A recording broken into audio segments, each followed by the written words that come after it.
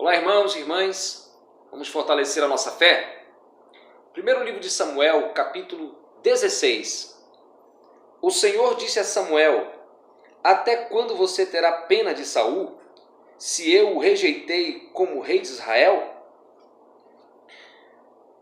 Samuel estava frustrado, porque ele gostava muito de Saul, mas Saul foi rejeitado por Deus.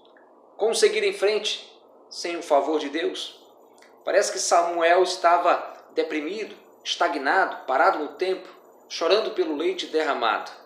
Mas Deus não perde o controle da história e vem dar uma sacudida no profeta e diz a ele que tem uma nova missão para ele: ungir um novo rei para Israel dentre os filhos de Jessé.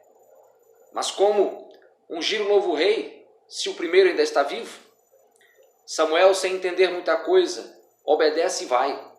Ao chegar lá, ele fica impressionado com o filho mais velho de Jessé, pensando que ele era o escolhido de Deus, porque ele era alto e belo, como o rei Saul.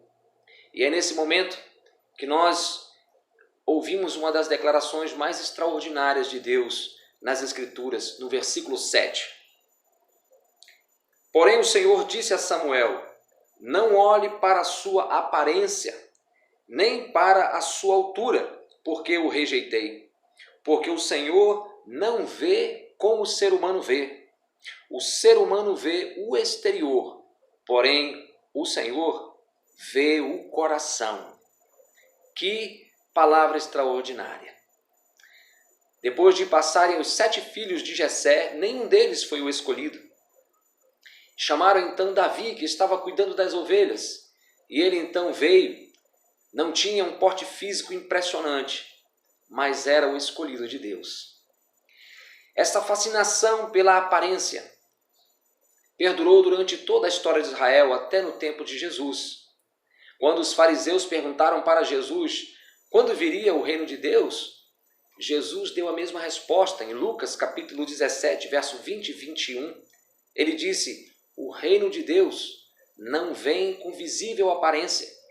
Nem dirão, ele está aqui ou ele está ali, porque o reino de Deus está dentro de vocês. Mas nem todos poderiam ver o reino de Deus. Por isso Jesus Cristo disse a Nicodemos, em João 3, verso 3, se um homem não nascer de novo, não poderá ver o reino de Deus. Meus irmãos, em nossos dias, essa fascinação pela aparência, ela sobrevive, tanto no mundo como na igreja. Portanto, é necessário que aprendamos, através da conversão, da oração e do estudo da palavra, a ver o mundo como Deus vê.